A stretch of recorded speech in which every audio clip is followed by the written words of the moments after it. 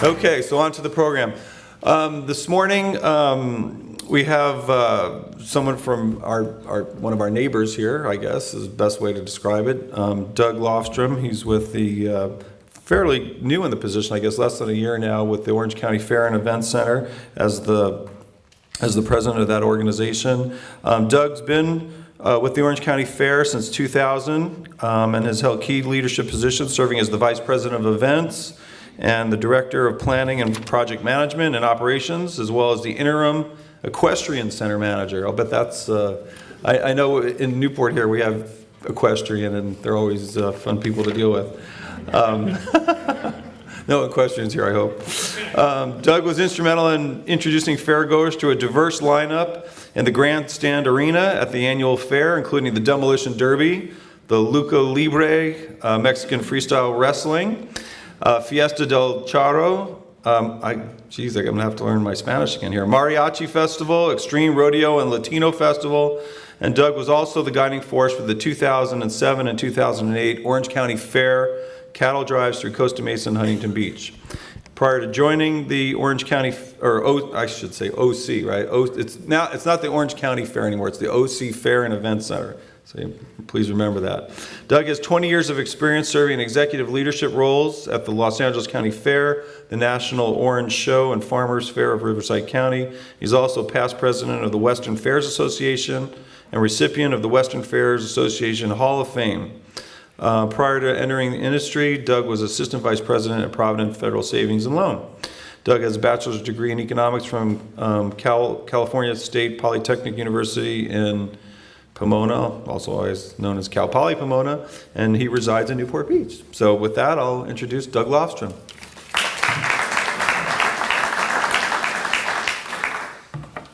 Well, good morning. I want to thank Steve and the Chamber for giving me the opportunity to come over and tell a story. I'm going to share with you today some information about us that most people don't know about, and I'm going to share with you some information about some projects on the fairgrounds, and then I'm going to tell you a story, which I think is the most compelling story I'm going to share with you this morning, and then we're going to end with a video. Jeff is going to come up and key this in for me because it's a video that we produced from last year that I think you'll find very interesting.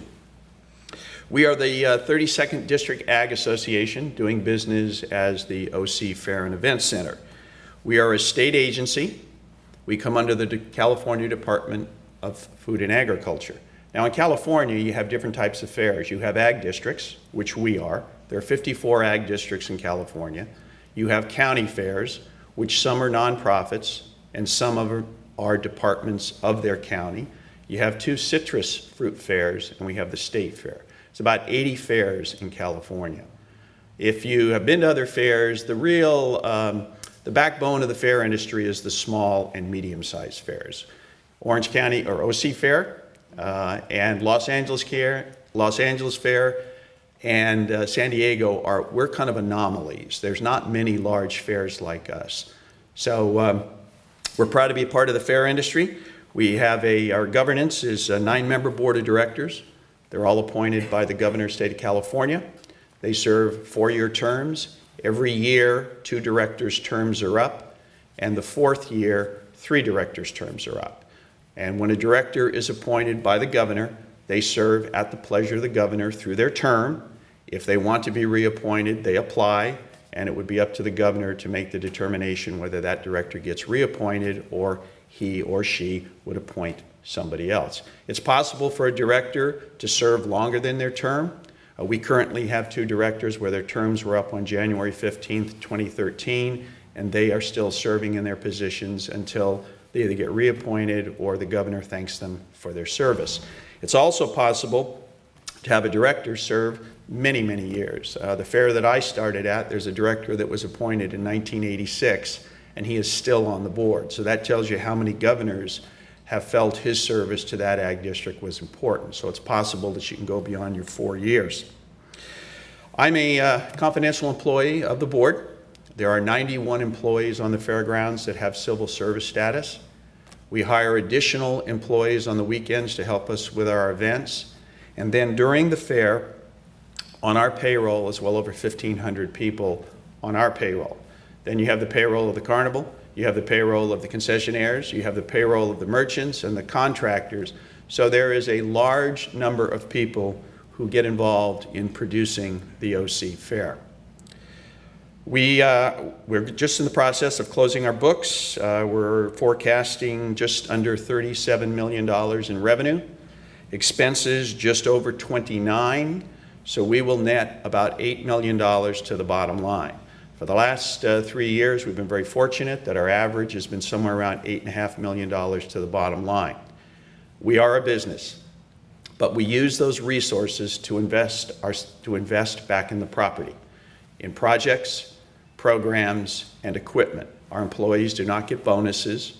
We are driven by a desire to do the right thing and the passion that we have being in the fair business. So it is important for us to get the net resources so we can invest back in the property.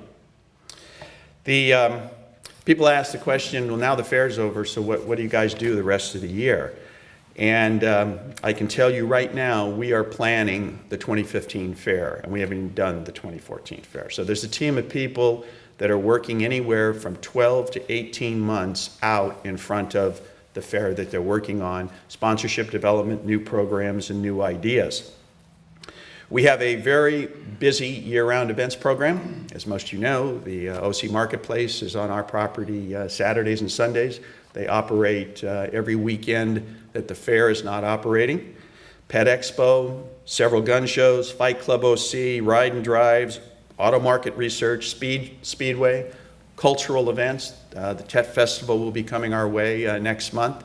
We have religious events. There are many, many things to do on our property, and we're very, very busy. We have the Equestrian Center, which is a year-round operation. We have the food trucks on Wednesdays and Thursdays, and we have the farmers market on Thursdays. So that equates to approximately 125 events other than the production of the OC Fair, 225 event days, plus move-in days and move-out days. So we're a very, very busy facility. We have only 4 weekends that were dark. So there's a lot of activity going on the fair. For those of you in the business community, I can assure you that when people come to the OC Fair to help us produce it, they are in the community, they're renting the Duffy boats, they're in the restaurants, and they are spending their money in the community. So we do have a tremendous economic impact in not only Costa Mesa, but the region that we serve. What makes us unique is that we are event producers. We produce probably the largest regional event once a year, but then the rest of the year, we're facility managers. And that's a real plus, because if you're going to produce your Pet Expo, or you're going to produce a gun show, or you're going to produce a cultural festival, you are talking to people who are event producers. We're not only facility managers. So that adds value to our relationship with people who use our property. I know the event producers that we contract with greatly appreciate that, because they know we've walked in their shoes. We know what it takes to move a show in. We know what it takes to move a show out. We know what it takes to market it. We know what it takes to work in the community.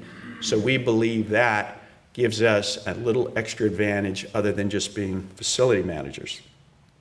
Now I'm going to share with you a little update on some of the projects that we're currently working on. This, what I'm going to show you here, right here, is the site of the new Veterans exhibit. And I will be talking about the Pack Ant project in just a few moments. But that building, the Memorial Gardens building that used to be sitting kind of right here, was scheduled to be demolished. And the board decided in June of last year that we were going to move that building, not demolish it, and that it would be eventually become a veterans exhibit of some type.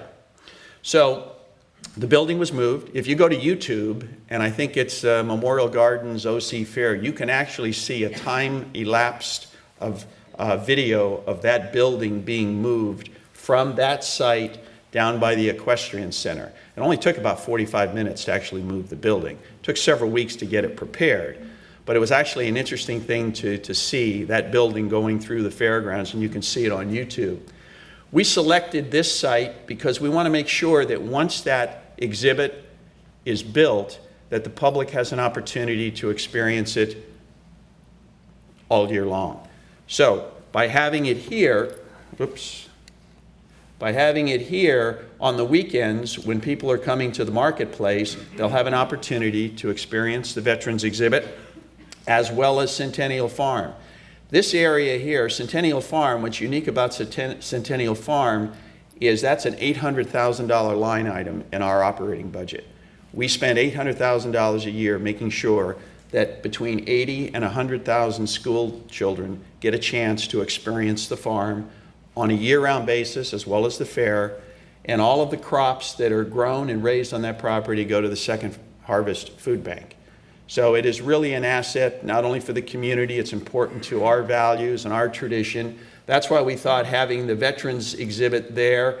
We're at the very early stages of this project. It's probably going to take some time to get it developed. But we felt this area here kind of becomes our heritage area. It's our livestock, it's our crops. We have a very fine wine competition. There's been some discussion about a new building in this area. So this area becomes kind of a learning center. It's real life, participatory. It's what we do in the fair business. And so you'll be hearing more information about that as time goes on. The big project that we're working on right now is phase 2 of the Pacific Amphitheatre renovation. This was the old berm. We used to be able to seat 10,000 people on that berm. And for those of you that were in the Costa Mesa community back in the 80s and 90s, and we had Guns N' Roses on stage, and we had 8,000 people here, and we put 10,000 people here, those are kinds of the things that a lot of people in the community didn't greatly appreciate. But I will tell you, when we reopened the amphitheater in 2003, one of the big differences is, for those of you that remember the old speakers, the Fisher speakers, you know, if you were in college, you had to have a big speaker in your apartment and you're really cool. Well, today, the speakers are directional. And really what helped us immensely when we reopened the 2003 amphitheater, technology was our friend. Because when Guns N' Roses was down here, the whole side of the stage was speaker cabinets. And the philosophy was that you sent your sound like a wall out. Well, you can imagine that sound is coming here. We had extra speakers here. We're pumping it here, and you know where the sound's going. It's going into the Mesa Del Mar neighborhood.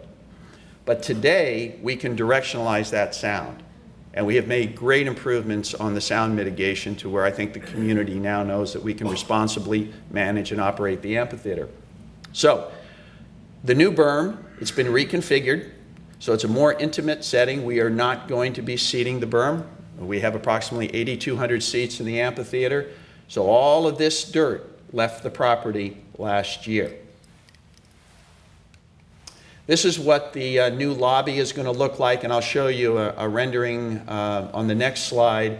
But we'll be able to use this lobby for other types of events. We can have mixers in here, we can have weddings in here, we can do all kinds of things other than just be the entrance to the amphitheater.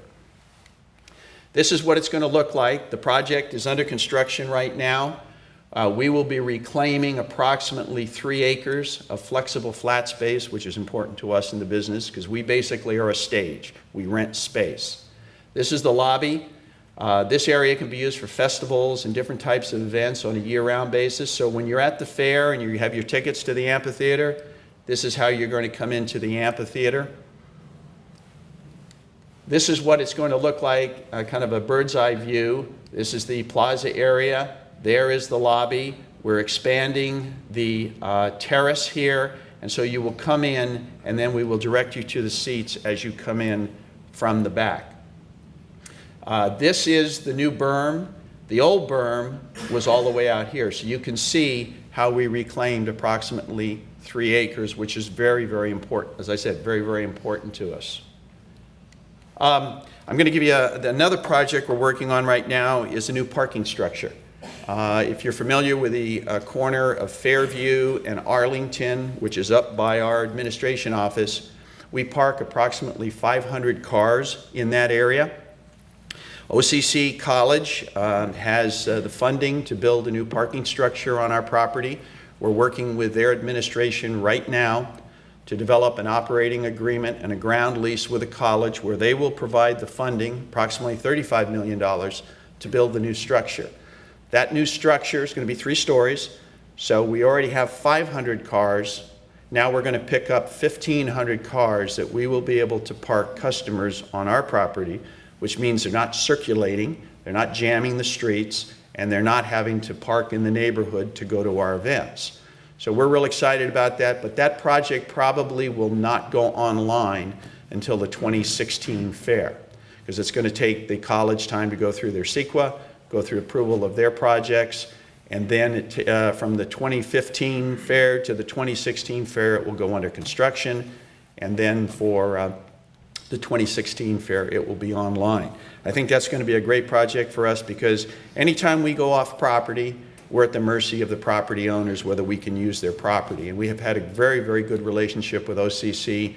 We have reciprocal parking arrangements where the students park on our property. And so to be partnered with a college is a very positive step for us. So more information will be coming out shortly about the parking structure.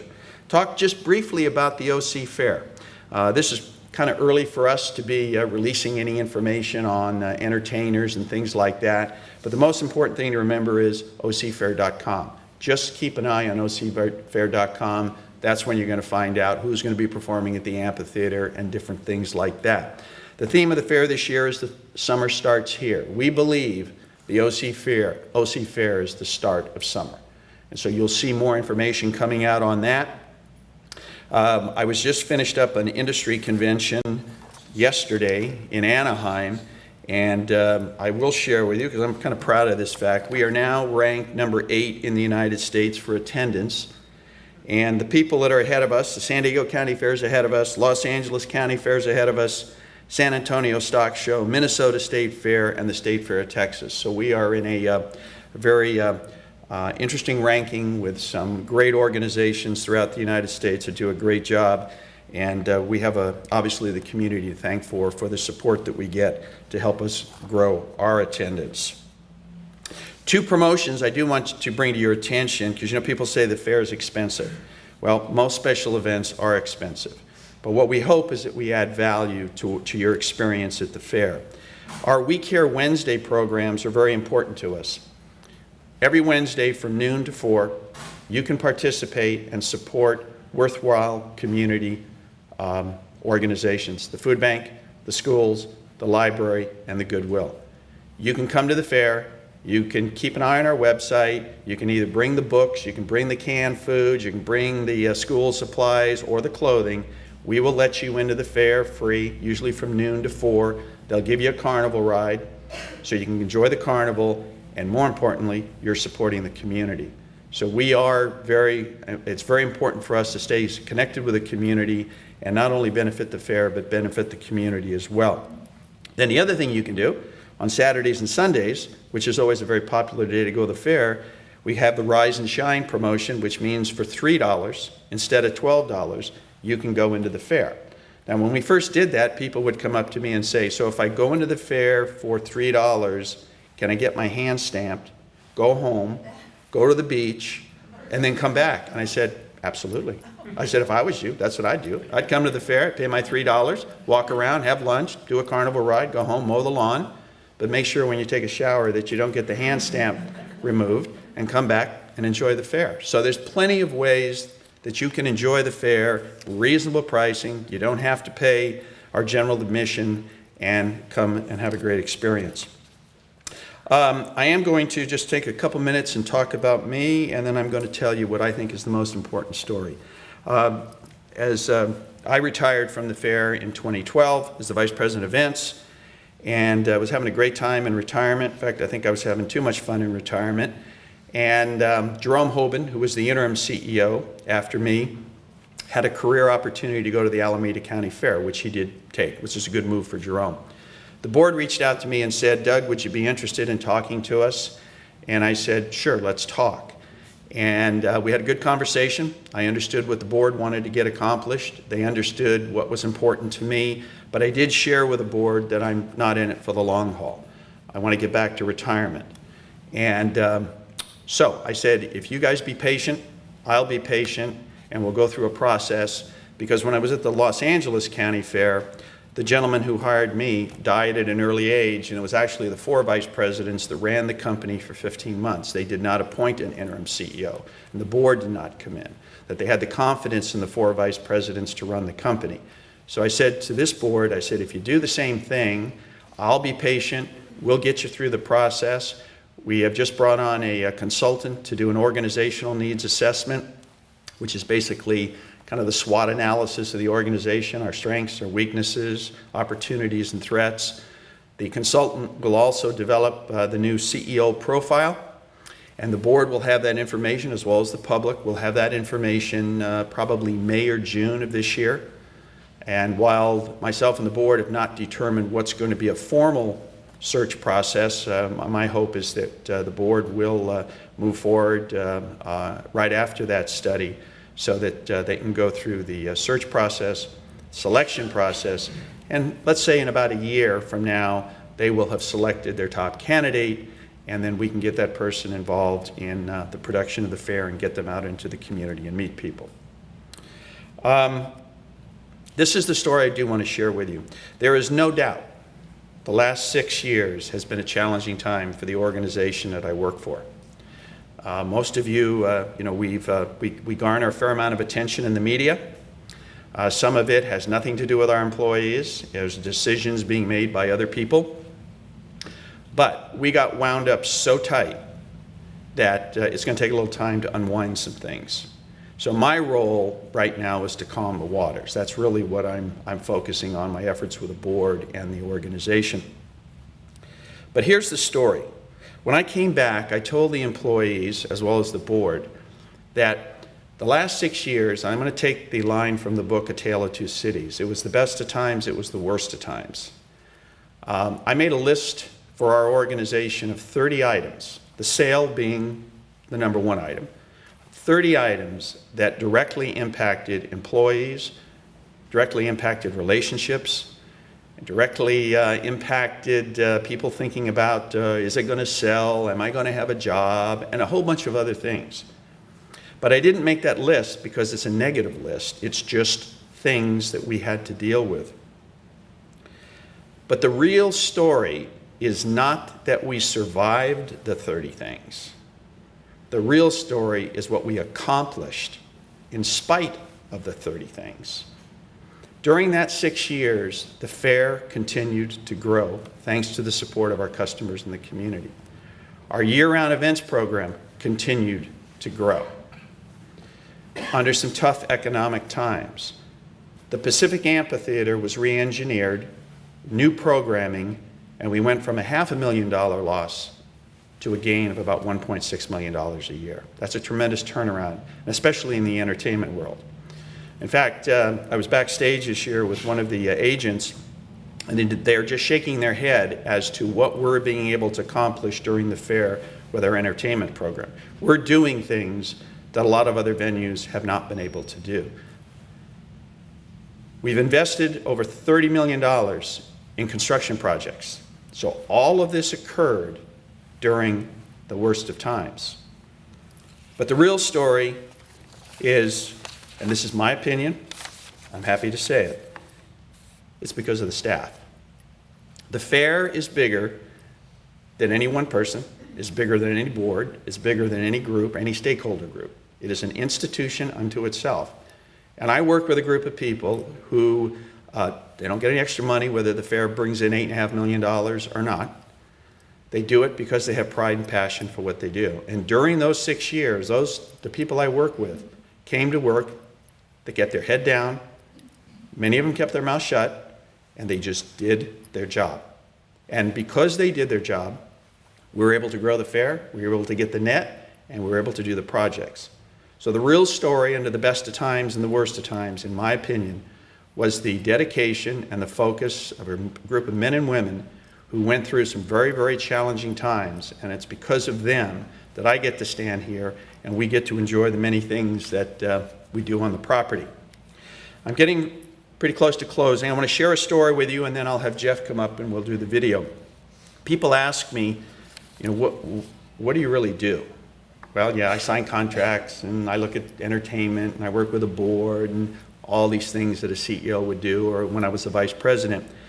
But I'm going to share a story with you, and it's a story about me, but it's really a story about what this industry, the fair industry, does.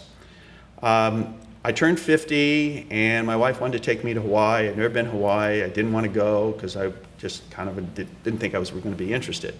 So we went. She won and she was right, which is usually the case. So we went to Maui for a couple days and then we went to the island of Kauai. Well, I like to ride horses, I like the outdoors, and I fell in love with Kauai. I just thought Kauai was really cool. So we went out to the Nepali coast. I don't know if you've ever been to the Nepali coast. Well, my wife and I like to hike. So we got to the trailhead, we hiked in, we could go in about 2 miles to where the river comes out. So here's the ocean, here's the jungle, just a gorgeous setting. So we get to the river, and we just waited for about 15, 20 minutes. We decided to go back to the trailhead. So I'm on the trail with Nancy, and ahead of me is a gentleman, and he has all his backpacking gear on. So I knew he was in the interior because he had a permit. So I caught up with him, and we started talking. And he lived on the island of Oahu. He was a psychiatrist. He and his buddies go backpacking, and he studied in Berkeley. And so we had this long discussion. I moved ahead of him on the trail, and he said to me, "Oh, by the way," he says, "we've been talking a lot about me." He says, "What do you do for a living?" And at the time, I was working for the Los Angeles County Fair. So that's a pretty simple answer. I work for the Los Angeles County Fair. But this was the defining moment. What this man said to me, I'll never see him again in my life. What this man said to me told me what I do for a living. So the story goes, what do you do for a living? I work for the Los Angeles County Fair, and in a split nanosecond, I will never forget this, instantly, that man said to me, "Oh, you bring joy to people's lives." And I thought, you know what? That's really what I do.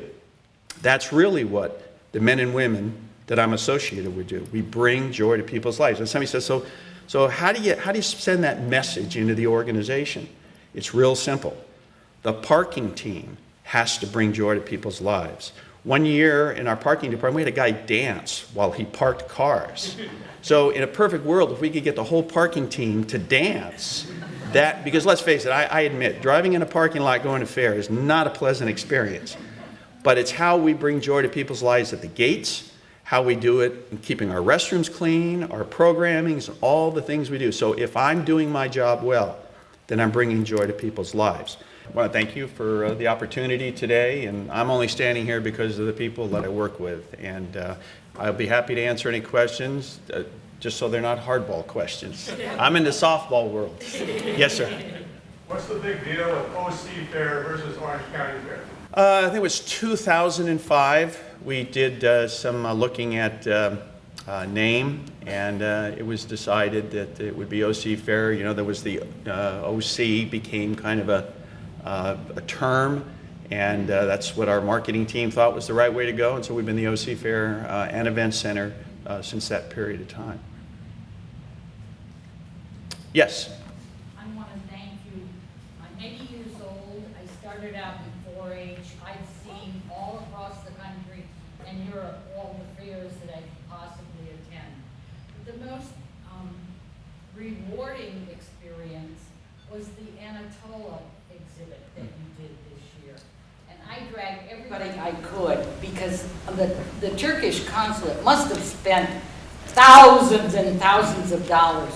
But that was the most family-friendly venue that I've ever seen. And are you going to be doing some more of those ethnic kinds of things? Because I think that added so much to the children who were there, not only those who knew that culture, but the ones who came. And I would express, I love your farm, but that particular exhibit was going to Turkey. Yeah, that has traveled around. The Tet Festival will be with us in February. We've had a Philippine Expo. We've had different types of cultural events. And we're happy to have them on our property because I think there are some things that our property offers those festivals where they might not get in other venues. So we're all open to that. Anytime we can promote or have people get a better appreciation of our facility through different cultural experiences, we're all in favor of that. Absolutely. Yes. I visit fairs all over the country as well, and I'm a big fan of the OC Fair and Event Center. I attend frequently, and I want to commend you, like she just did, for the variety of the exhibits, for the quality of those exhibits, the cleanliness of the restrooms. And I don't go to the carnival part of it, but there's so much else to see that when my husband and I got married here in Newport Beach 8.5 years ago, we spent the first day of our honeymoon at the OC Fair. Well, I thank you. You know, it was when we were, you know, going through the drama of the sale, it was very clear to me that the community loves the OC Fair. And I always believed that the right thing was going to happen. I always believed, we always felt the love from the community and obviously from our folks and our friends in Costa Mesa. And when I get a chance to go out and speak, I feel that from people. Now, I was actually married on the Los Angeles County Fairgrounds, so I'm a fair guy. Any other questions? Did I read recently that the Strawberry Festival is going to be moving to the fairgrounds also? I'm not aware of that. Maybe I'm hallucinating. Pardon? Maybe I'm hallucinating with something with strawberries, I don't know. No, I haven't heard that. Okay, you gotta go for it then. Yeah, maybe I will when I go back to work. Yes, Steve? No. So the $8.5 million at the profit, does that go back to the state's general fund, or does that get plowed back into the fairgrounds? How does that work? No, it stays with us. Our ability to generate net resources stays in our operating, our budget. What makes us very unique as a state agency is we have our own checking account. And when we're dealing with other state agencies such as General Services or Fish and Game, they always have to go through the controller's office for everything. Well, I can go to the office in 15 minutes and have a check written for something. So that money is very important. No, we do not want the money to go to the state of California. And in all due respect to any state officials here, we want the money that you helped us generate to stay on the property. Because, you know, it's through all this stuff we've been through, I think it's an analogy I will use is that we live in a wonderful neighborhood. Our neighborhood is bigger than Costa Mesa. Our neighborhood is Orange County. We have a wonderful home. We have a good foundation. Maybe have a few rooms that need to be remodeled, and maybe add some furniture to the house, but we're not going anywhere. And I think it's very, very clear based by some of the comments I've heard today. And I think probably one more question. Yes. Just a compliment. Hoke Hospital's 552 Foundation put on their movie premiere, which is one of their large fundraisers there. It came off so smoothly. It was in the hangar. You people did a wonderful job. Thank you. Well, thank you. Appreciate it. Thanks for the opportunity.